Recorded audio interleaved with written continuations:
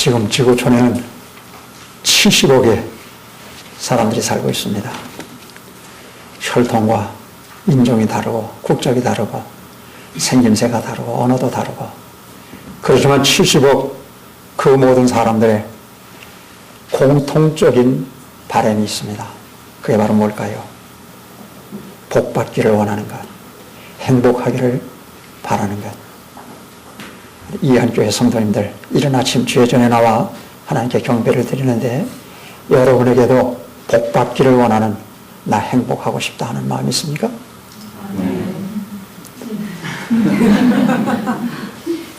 헬라의 철인 소크라테스는 인생의 행복은 인생의 최고의 선이다, 인간이 추구해야 될 가장 귀한 것, 가장 값진 것, 행복이다, 그렇게 말했습니다. 그 다음에 하나님은 어떠실까요? 하나님은 우리를 지으시고 우리들의 삶을 주장하시면서 하나님의 백성인 우리들이 이 땅에서 행복한 삶 살기를 원하실까요? 축복을 누리기를 기대하실까요? 그러하지 않으실까요? 우리 기독교인들을 향해서 사회에서, 아니 우리 자성의 목소리도 기복신앙이 너무 강하다, 아니 예수 믿으면서도 복복, 행복, 이건 비성서적이다, 그런 말들 합니다. 그런데 이 한교회 성도님들, 거리낌 없이 행복하기를 바란다, 대답한 것이 성서적일까요? 성서적입니다. 행복은 우리 모두가 반드시 누려야 될, 그것은 우리의 권리입니다. 특권입니다. 아니 의무입니다. 성경에 그런 거 있어요? 창세기 1장 27절 28절에 보면 하나님이 자기 형상, 곧 하나님의 형상대로 사람을 지으시고 하나님이 그들에게 복을 주시며 하나님이 이르시되 생육하고 번성하여 땅에 충만하라, 땅을 정복하라 말씀하셨습니다. 그 땅을 정복한다는 게 뭐예요? 파괴 아니에요. 문화적인 명령이에요. 하나님 보시기에 심히 좋으셨던 이 세상을 유지 발전시키면서 하나님 보시기에 더 좋게 만들어라. 그러기 위해서 자녀 많이 낳아라, 땅에 충만하라, 복받기를 원하면서 아이를 안 낳으려고들 하는 이 경향성에 하나님이 섭섭해 하실 거예요. 이 한교회 성도님들은 아이들 많이 낳으세요. 젊은 분들. 생육하고 번성해서 땅을 다 정복해라, 다 하나님 보시기에 아름다운 세상 만들기 위해 온 땅에 가득해라, 최선을 다해라는 말씀이에요.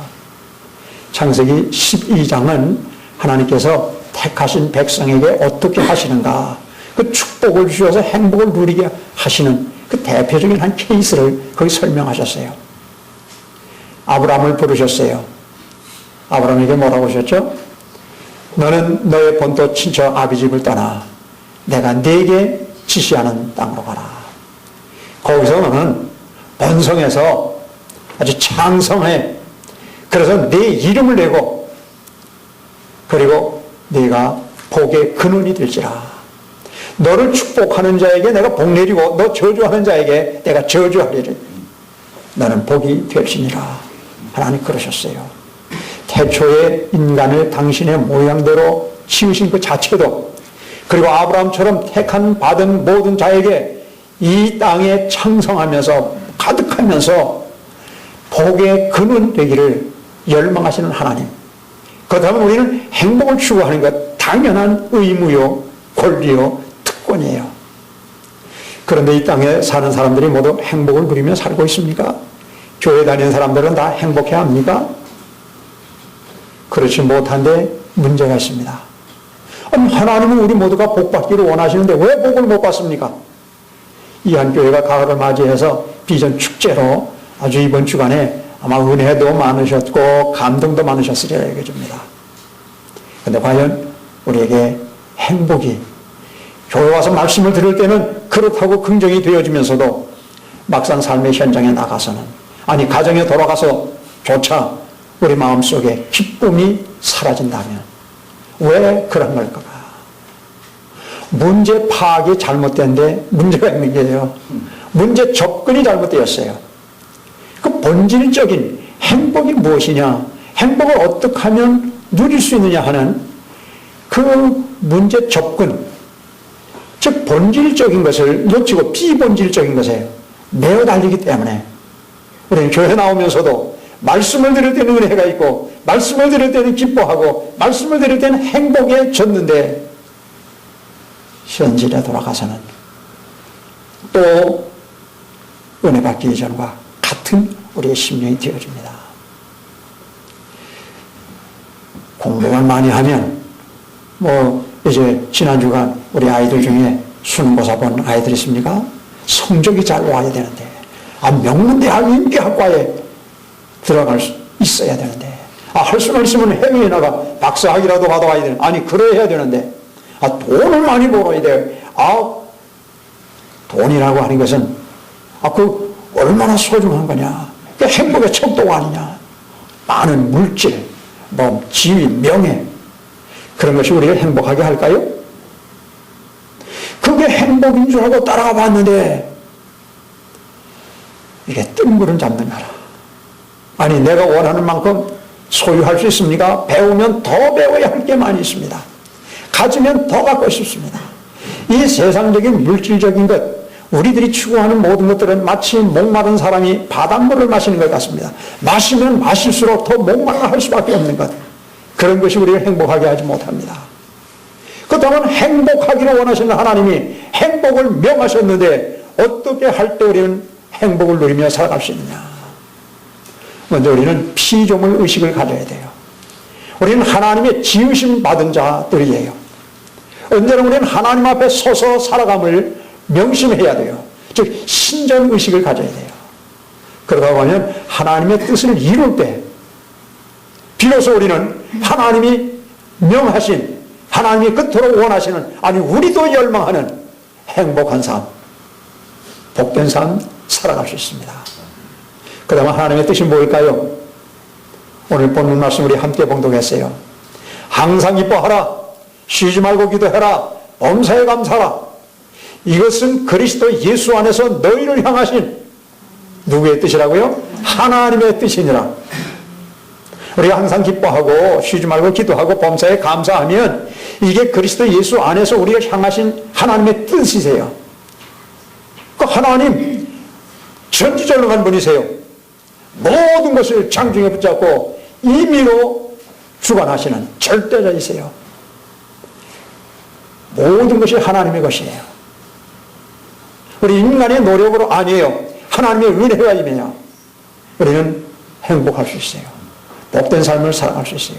그러기 위해서는 우리를 향하신 하나님의 뜻을 이루어야 되는데 항상 기뻐해야 돼요. 쉬지 말고 기도해야 돼요. 범사 감사해요. 행복이 그렇게 쉽게 기뻐만 하면 되고 감사만 하면 되고 기도만 하면 되어지느냐? 그래요. 근데 문제는 항상 기뻐하느냐, 할 수 있느냐, 그게 근본적인 문제예요. 우리는 내가 원하는 대로 일이 되어져야만 내 기대 이상으로 성취할 때만 기뻐하려고. 여기 문제가 있어요. 우리는 평범한 삶, 거기서 행복을 찾아야 돼요. 우리 일상적인 삶이 늘 행복하다 느끼며 살아갈 때 그는 진정으로 행복할 수가 있어요. 근데 왜 우리는 행복감이 없느냐? 이 비교의식 때문에 그래요. 오늘 아침에 내 나름대로 멋지게 차리고 왔는데 아무개가 나보다 더 멋진 옷을 입고 왔단 말이야. 헤어스타일이 나보다 더 멋있어. 나도 좀 노래 좀 잘 불렀으면 앞에 나가서 찬양했으면 얼마나 좋아. 음친 걸 아니에요. 우리 각자에게 독특한 개성을 주셨어요. 다 달란트가 있어요. 저는요 목사가 안 되려고 얼마나 발버둥 쳤는지 몰라요. 그래서 대학에 숨어 있었어요. 그러다 뒤늦게 제가 응답하고 목회를 하기 시작했어요. 제가 하기 싫었던 이유 중에 가장 큰 건 소명이 없었죠. 그러나 또 내가 인간적으로 판단한 것은 난 목회자로서의 자질이 부족해. 설교를 무슨 능력으로 매일 누에 고쳐서 실빼내요? 새벽마다 해야죠. 주일날 낮 예배, 저녁 예배 있죠. 3일 예배 있죠. 철야기도 있죠. 생일집 가서, 돌집이 가서, 또 사람 아프다면 가서, 뭐 또 죽으면 몇 번 예배를 드려요. 아니, 그거 설교, 이거 어떻게 다 해내요. 그리고 나는 밤새서 공부는 할 수 있어요. 근데 새벽엔 꼭 자야 돼요. 난 아침에 일찍 일어나는 건 죽어도 못해. 밥 하루 세 끼 정한 시간에 안 먹으면 조금만 늦게 먹으면 눈이 그냥 심리 쑥 들어가. 근데 그 음식도 해야 되지, 철야도 해야 되지. 그런 건 무슨 수로 해내요? 난 전혀 하지 못해요. 근데 제가 목사님 소개해 주신 대로 이제 은퇴했어요. 근데 제가 지내면서 보니까 나는 전혀 비본질적인 것 가지고 그게 내 힘으로 하는 건 줄 알았다고. 하나님이 주시는 능력으로 하는 건데. 다 맞췄어요. 우린 각자에게 독특한 개성, 능력이 있어요. 달란트가 다 있어요.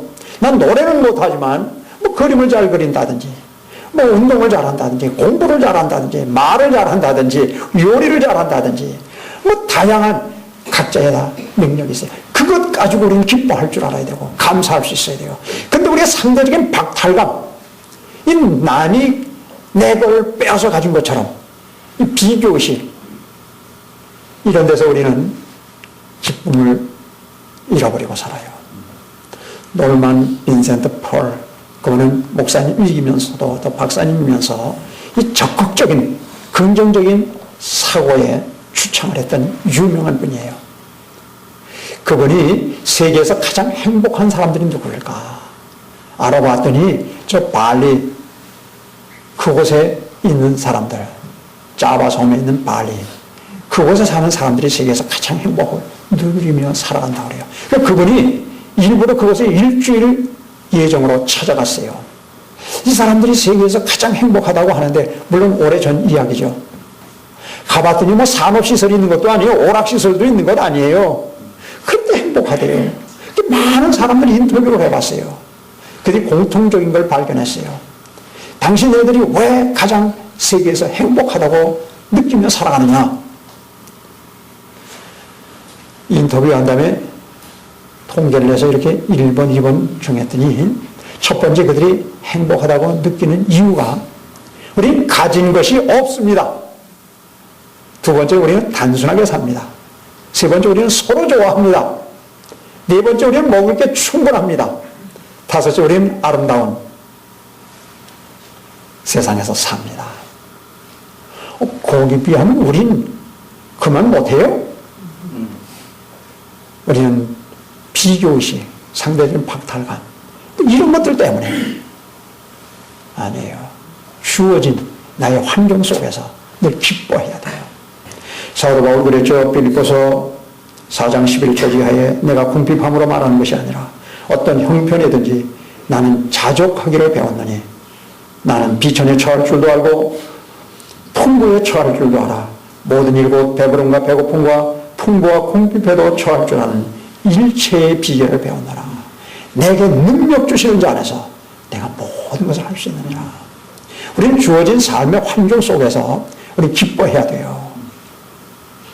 한 달에 100만 원 수입이 있는데 나도 200만 원 벌었으면, 그 사람 200만 원 벌면 행복하죠? 그럴까요? 300만 원 버는 사람들이 또 보인다고. 300만 원 목표였는데 300만 원 월급 받으면 또 400만 원 버는 사람들. 우린 끝없는 욕구 아니에요. 주어진 환경 속에서 기뻐해야 돼요. 두 번째는 우리는 범사에 감사해야 돼요. 모든 것에 대해 감사해야 돼요. 제가 어렸을 때는요, 이 자칙이라는 거 했어. 나무통에 이렇게 만들고 뭐 해서 치고. 자칙이라는 거 아는 분들 여기 연세 좀 드는 분들은 다 알게요. 또 딱지치기, 또 구슬치기. 그거 얼마나 즐거웠어요. 딱지만큼 따면 신나고 구슬만큼 따면 그게 뭐 대단한 재산이나 되는 것처럼. 근데 요즘 아이들은 구슬 갖다 주고 놀래봐야 안 놀아요. 딱지 가지고 자치기 가지고 놀라고 원시시대 때 놀던 거 가지고 아이들 안 놀아. 왜? 더 좋은 게 많으니까. 더 좋은 게 있으면 그만 못한 거는 눈에 보이지도 않아. 그건 마음에 기쁨을 안 줘. 만약 우리가 이 땅에서 정말 우리들이 반드시 소유해야 될 가장 값지고 가장 귀한 최고의 축복을 누린다면 우리 오늘의 삶의 현실이 내 뜻대로 되어지지 않는다 해도 우리 기뻐할 수 있어요? 감사할 수 있어요? 없어요? 할 수 있죠? 프로야한 거예요. 아시죠? 그렇다면 인생 최고 최대의 축복이 뭘까요? 마땅히 누려야 될, 다른 건 없어도 괜찮아. 이것만 가지면 우리 인생 가장 값질 수 있는 최고 최대의 축복이 뭘까요? 에베소서 1장에 보면 신령한 복이라는 게 있어요. 신령한 복. 그 신령한 복이 뭔 줄 아세요? 창세전에 하나님이 우리를 택하시고 우리를 예정하시고 그 기쁘신 뜻대로 우리를 하나님의 자녀로 삼아주신 것. 우리 인생은요 70이에요.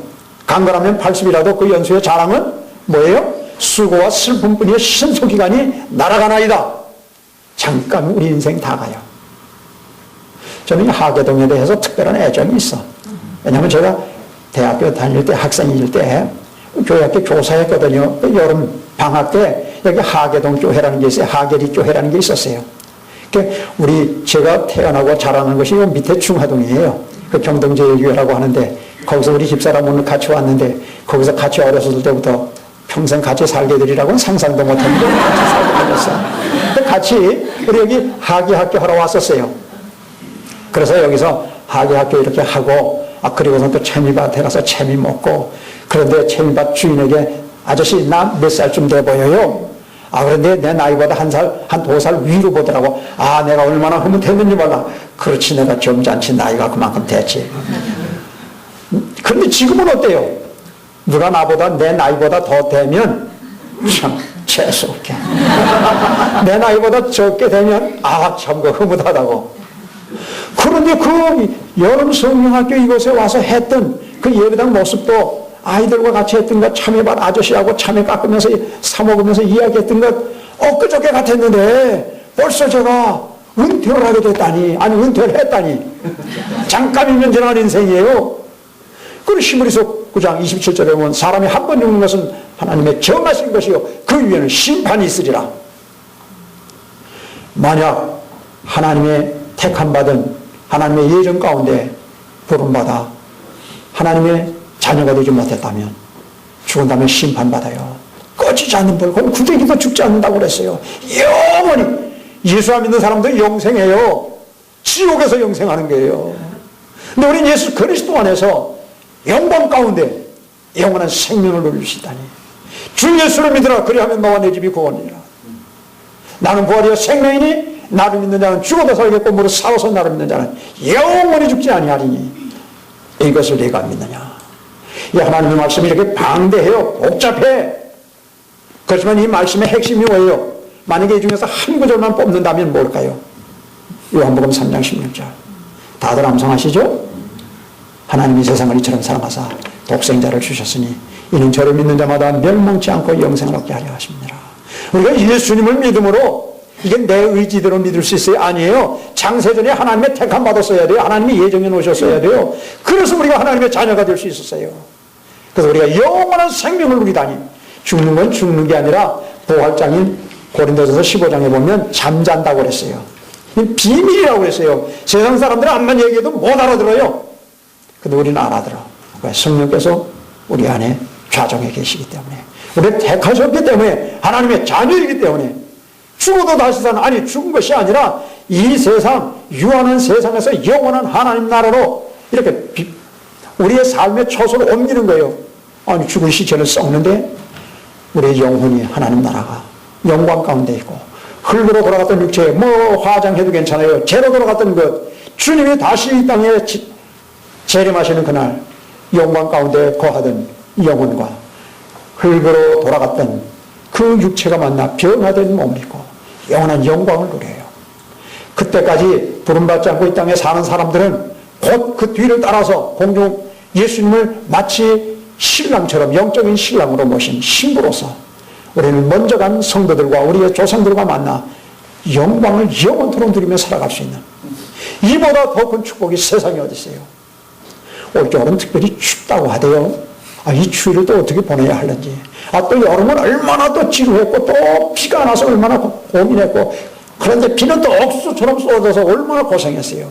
아이들 또 대학 진학하는 문제, 우리 취업하는 문제, 결혼하는 문제, 직장 갖는 문제, 여러 가지 일들 얼마나 골치 아파요. 하나님 나라에 가도 그런 거 있을까요? 아니요. 영원한 영광을 누리며 살아갈 수 있어요. 그게 우리를 위해 예비되어 있어요. 얼마나 감사해요.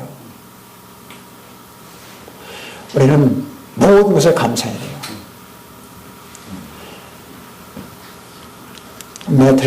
패트릭 맥마흔이라고 하는 분은 2차 세계대전 때 케네디의 부하였어요. 수병이었어요. 조그만 수레전을 타고 2차 대전에 참전했는데 칠흑같이 어두운 밤에 일본의 구축함이 한 방에 뻥 하고 쐈는데 아이 조그만 수레전이 뻥 하고 폭발이 돼버렸어요.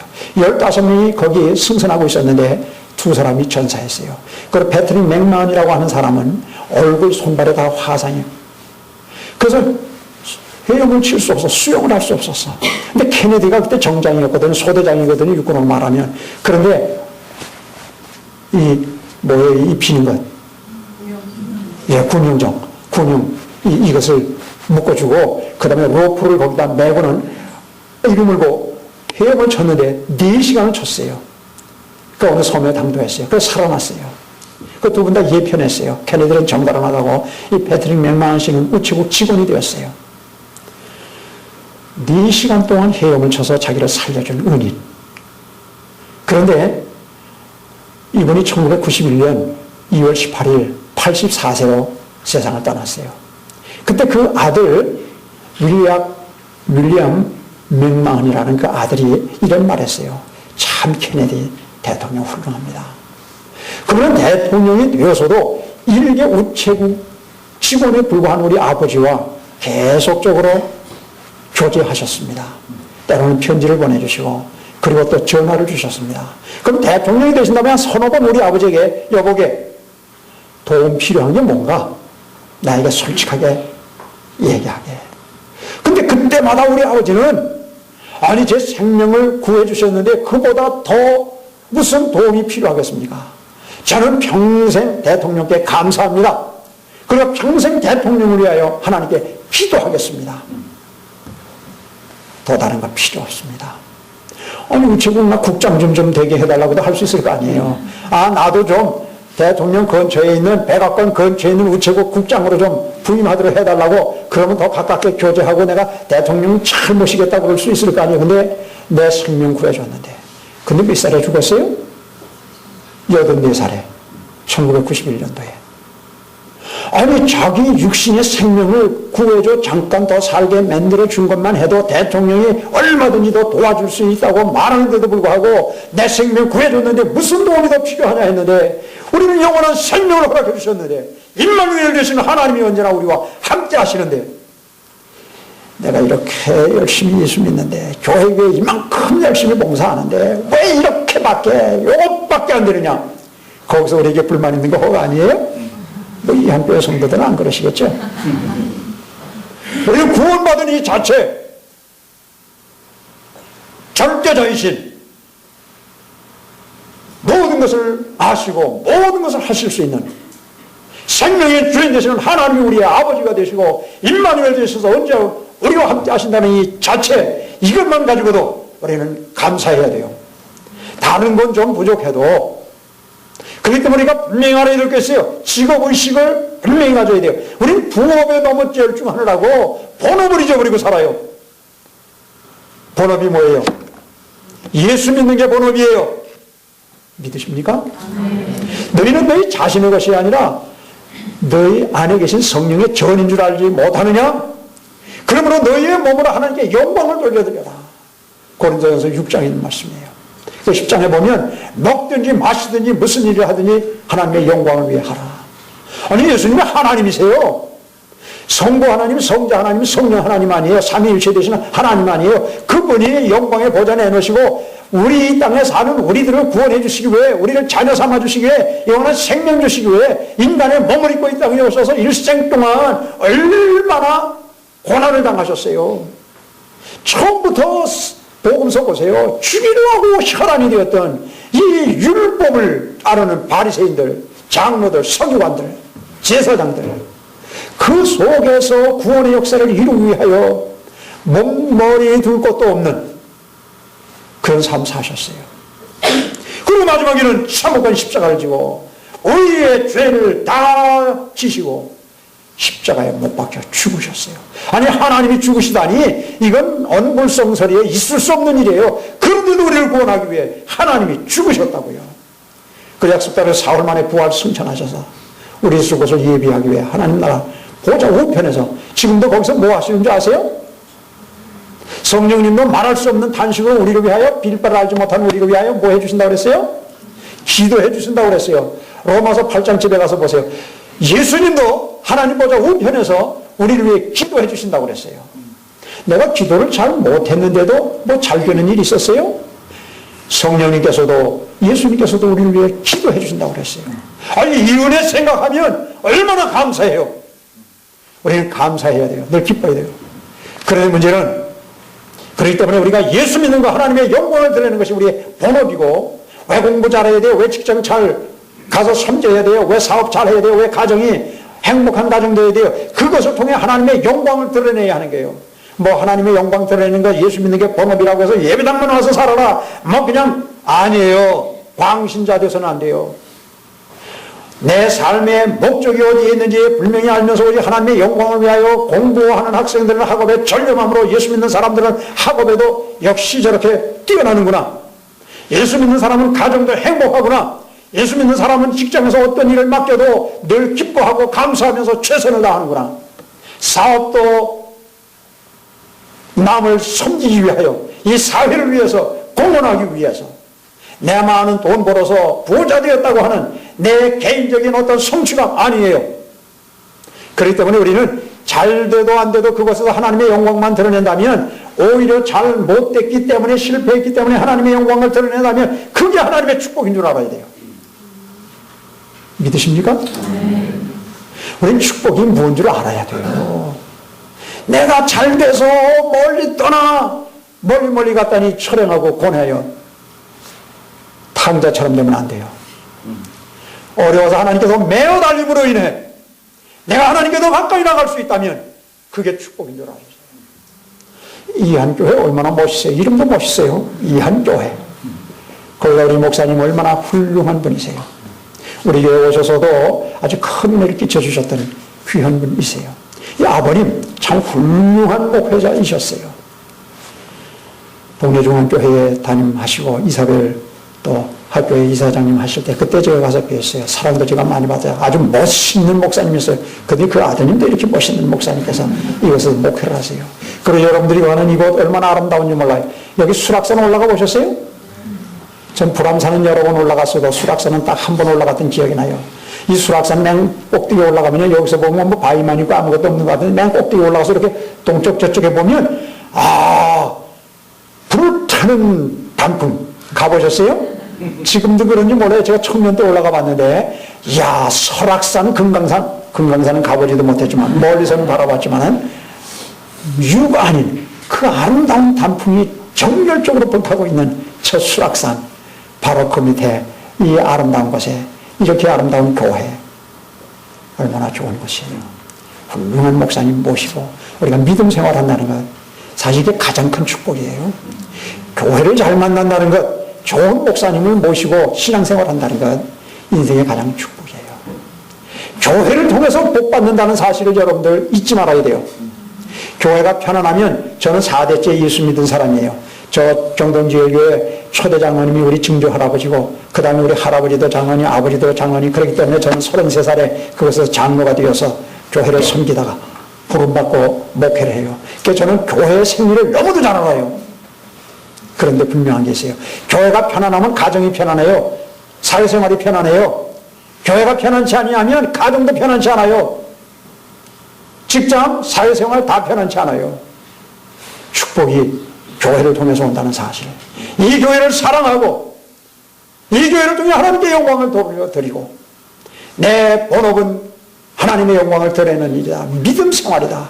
하나님의 영광을 위하여 공부하는 학생들은 학업에 전념을 하고 직장 생활에 최선을 다하고 사업에 최선을 다하고 이 사회를 위해서 섬기면서 하나님을 영원하게 해드리는 일, 그 일이 나의 본업이라고 생각하며 할 때 하나님은 우리의 모든 것을 형통하게 해주세요. 우리가 알거니와 하나님을 사랑하는 자 곧 그 뜻대로 부르시고 입은 자들에게는 모든 것이 함께 선을 이루느니라.